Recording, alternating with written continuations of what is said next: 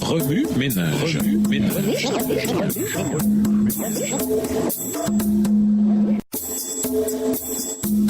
Remue ménage.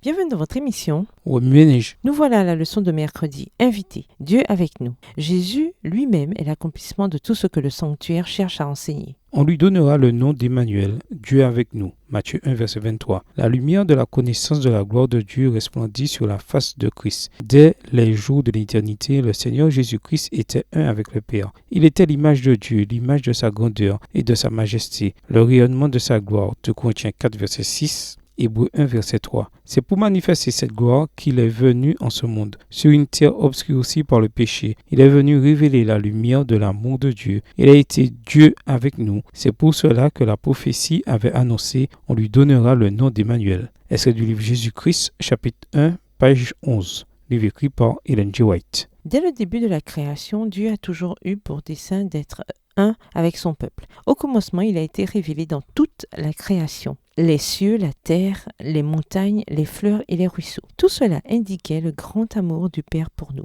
La terre était son sanctuaire et il le partageait avec nous. Lorsque le péché a tenté d'effacer l'écriture parfaite de Dieu, des indices de l'amour de Dieu ont quand même subsisté. Par exemple, bien que les roses aient maintenant des épines, elles portent toujours le parfum de l'amour de Dieu pour ses enfants. Avec l'entrée du péché dans le monde, la semence de l'égoïsme de Satan a pris racine dans le cœur de l'humanité. Pour manifester à nouveau l'amour du Père, Dieu a déclaré à Moïse « Ils me feront un sanctuaire et je demeurerai au milieu d'eux ». Exode 25, verset 8, Nouvelle Bible seconde. Le but du sanctuaire était de diriger les regards des enfants de Dieu vers son Fils. Bien que le sanctuaire ait été un grand modèle du dessein de Dieu de nous sanctifier, il présentait toutefois une importante lacune, car le sang des taureaux et des boucs ne pourra jamais enlever les péchés. Hébreux 10, verset 4. Par conséquent, voici l'agneau de Dieu qui enlève le péché du monde. Jean 1, verset 29. Enfin, en nous détournant de toutes les ombres et de toutes les figures, nous avons Dieu avec nous en Jésus-Christ. Le « Je suis » est non seulement devenu l'un de nous, mais il a aussi planté sa tente parmi nous. Il s'est plongé lui-même dans notre expérience. Par son sacrifice, il est devenu comme nous afin que, par notre sacrifice, nous devenions comme lui. Romains 12, versets 1 et 2. Lorsque le grand plan de rédemption sera achevé et que le péché aura été éradiqué, une seule chose demeurera. Maintenant, la demeure de Dieu est parmi les hommes. Il demeurera avec eux